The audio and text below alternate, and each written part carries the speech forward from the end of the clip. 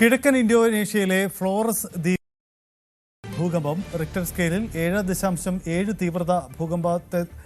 തീവ്രതയാണ് രേഖപ്പെടുത്തിയത്. ഭൂകമ്പത്തെ തുടർന്ന് സുനാമി മുന്നറിയിപ്പ് നൽകിയിട്ടുണ്ട്. 100 കണക്കിന് ആളുകളെ ഒഴിപ്പിക്കുകയും ചെയ്തിട്ടുണ്ട് പ്രദേശത്ത്. മനു ഭർത്ത് നമുക്കൊപ്പമുണ്ട്. മനു, എന്താ ഈ ഭൂകമ്പത്തിന്റെ തീവ്രത, മേഖലയിലെ ദുരന്ത സാഹചര്യവും സാധ്യതകളും രക്ഷാപ്രവർത്തനവും എങ്ങനെ പുരോഗമിക്കും? സജിത്ത്, ഇപ്പോൾ 20 പേർക്ക് ജീവൻ നഷ്ടമായി എന്നാണ് ഔദ്യോഗികമായ കണക്കുകൾ നമുക്ക് അവിടുന്ന് ലഭിക്കുന്നത്.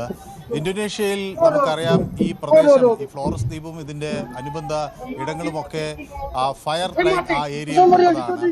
അവിടെ ഈ ഭൂകമ്പ സാധ്യതകൾ കൂടുതലാണ്. അപ്പോൾ സ്വാഭാവികമായും അവിടെ നേരത്തെ തന്നെ ഒരു ആശങ്കയുള്ളൊരു സ്ഥലമാണ്. അതുകൊണ്ട് തന്നെ റിക്ടർ സ്കെയിലിൽ 7.7 തീവ്രതയുള്ളൊരു ഭൂകമ്പം അവിടെ ഉണ്ടായ ഘട്ടത്തിൽ വലിയ ആശങ്ക അത് സംബന്ധിച്ച് ഉയർന്നിരുന്നു. പിന്നീട് തുടർ ഭൂകമ്പങ്ങളും ചെറിയ തീവ്രത രേഖപ്പെടുത്തിയ ഭൂകമ്പങ്ങളും ഉണ്ടായി.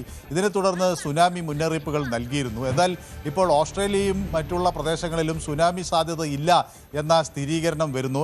US ജിയോളജിക്കൽ സർവേയാണ് ഇത് സംബന്ധിച്ച് ആദ്യം ഒരു ആശങ്ക രേഖപ്പെടുത്തിയത്.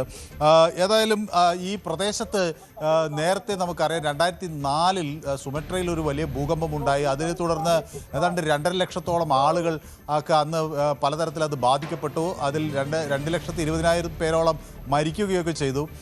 തുടർന്ന് ഇന്തോനേഷ്യയിൽ മാത്രം അന്ന് 1,70,000 ആളുകൾക്ക് ജീവഹാനിയൊക്കെ സംഭവിച്ചു.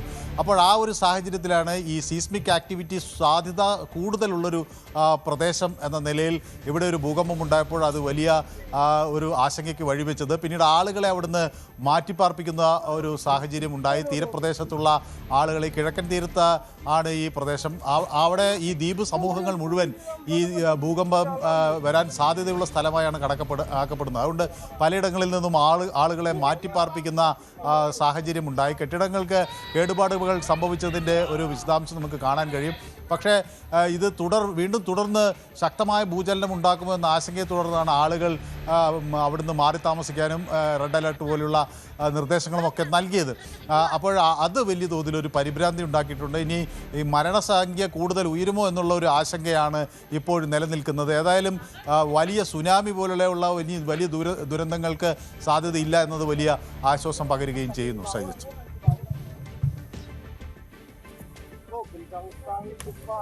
അതാണ് സാഹചര്യം. എന്തായാലും വലിയ ഭൂചലനമാണ് ഉണ്ടാവുന്നത്. അത് കടുത്ത പ്രതിസന്ധി ഉണ്ടായി എന്നതാണ് സാഹചര്യം. കൂടുതൽ വാർത്തകൾക്ക് News 18 Keralam YouTube channel subscribe ചെയ്യുക.